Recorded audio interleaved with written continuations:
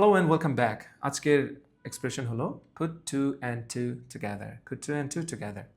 তথ্য জোড়া লাগিয়ে সত্যটা বোঝা। তাহলে একের পর এক আমরা ওই যে পাজল মিলানো দেখেছেন হয়তো। সো অনেকগুলো টুকরা থাকে একটার সাথে একটা মিলিয়ে আমরা বিগার পিকচারটা বোঝার চেষ্টা করি।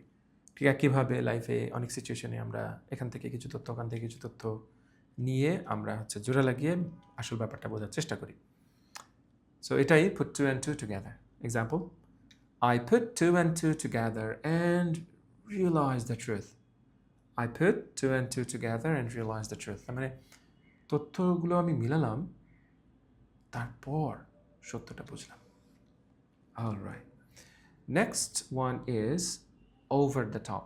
Over the top মানে হচ্ছে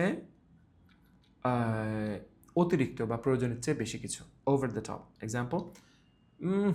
The decorations were over the top. মানে সাজসজ্জা একটু বেশি হয়ে গেছে আর কি। অনেক সময় হয়ে যায় আমাদের অনেক কিছু, তাই না? সাজসজ্জা হতে পারে, যে কোনো কিছু হতে পারে। সো সেটাই over the top. And the last one, no big deal.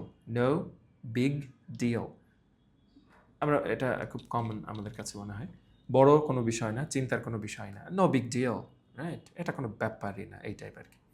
Oh, it's a no big deal. I can handle it. It's a no big deal.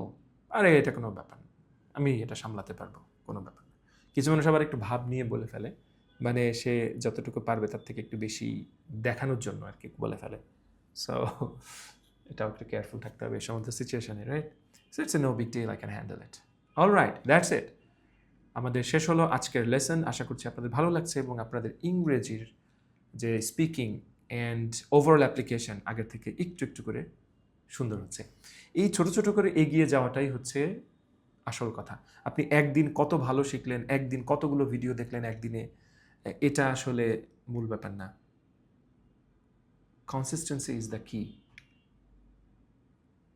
ধারাবাহিকতাই হচ্ছে আসল চাবিকাঠি।